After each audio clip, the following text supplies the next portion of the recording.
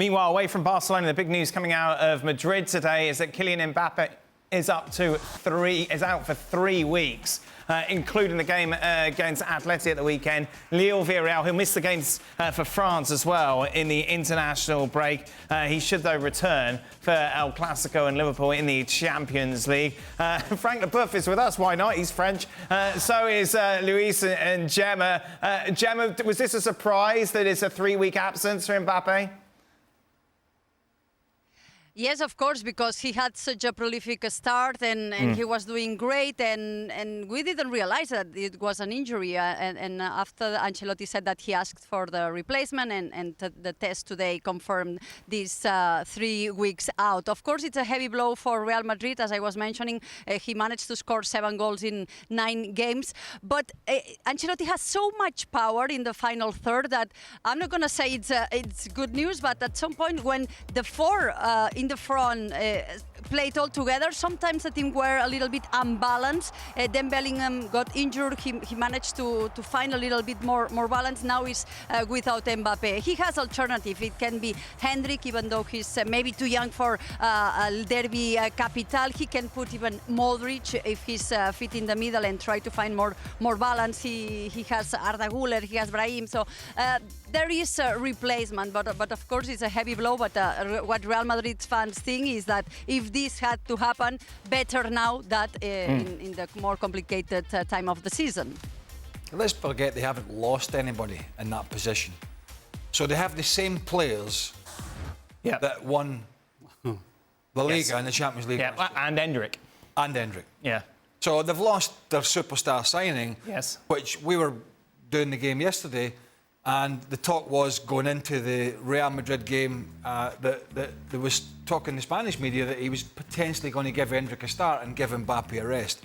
I bet when he went home last night, Ancelotti he wished that he'd had, but obviously, you know that. So against Atleti, is it Hendrik? Is it a straight swap? Hendrik to come in for Mbappe? I think he might go back. I might be wrong. I think he might go back to something like he did last year. All right. With Vinicius Junior and Rodrigo. Yeah. And Bellingham in the 10, depending on who's available in the midfield, and then bring another body in there. So he could do that, or maybe he will bring the young fella in, who's looked super confident. Yeah. But so the point is, there's no sympathy here really, because he's got plenty of options. And as I say, if he does put Bellingham behind Rodrigo and Vinicius, who played pretty much together last year, they had a wee bit of success, if memory serves me right. Yeah, just slightly. What's interesting, obviously, is the development that we saw in the final stages of that game, Luis, where Hendrik really should have been shown a red card. Obviously, as a result, he's not suspended for the weekend. How much talk in Spain has there been about that incident and why a red wasn't given? Not much, to be honest. You know, when these things happen, it's just move on and let's try to forget and focus into the next one. It's been most in social media, of course, supporters from some other different teams, that they have been showing that why he wasn't sent off. But there was not much noise because the football doesn't stop. So it was a game tonight of Barcelona, so everyone was focusing about this one, and the derby there is coming at the weekend. But it's true that it would have been, and it should have been, a red card. We saw the intention. I don't know why VAR they didn't get involved, but said that, I think Real Madrid is got more than enough. I agree with the guys to make and face Atletico de Madrid. It's true that in the center of the half, they're going to need to be very well balanced and bring battle, because let's not forget, Atletico de Madrid, they bring 3, 4, 5 players into the middle. Now Gallagher is a big piece over there, so he brings the battle, the box-to-box situation.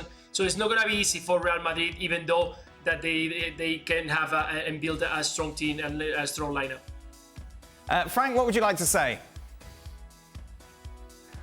Well, I just want to add that I'm with Craig on the fact that it's more a big blow for Mbappe than for Real Madrid. Mbappe was getting back, I would say, to his best physically, because I think he lost a little bit of the shape, the explosivity that I was talking about before, and he was there almost back to his best, and now he will have first to heal from his injury and then go back to what we call the pre-season training session, which is the worst for a football player. We all know, because we work so hard to be ready for the season. Now we'll have to start from scratch after 3 weeks off. For Real Madrid, as Craig and everybody agreed, they have the players that they need, that they had last year already, to win everything. So it's sad for Mbappe, more than disturbing for Ancelotti.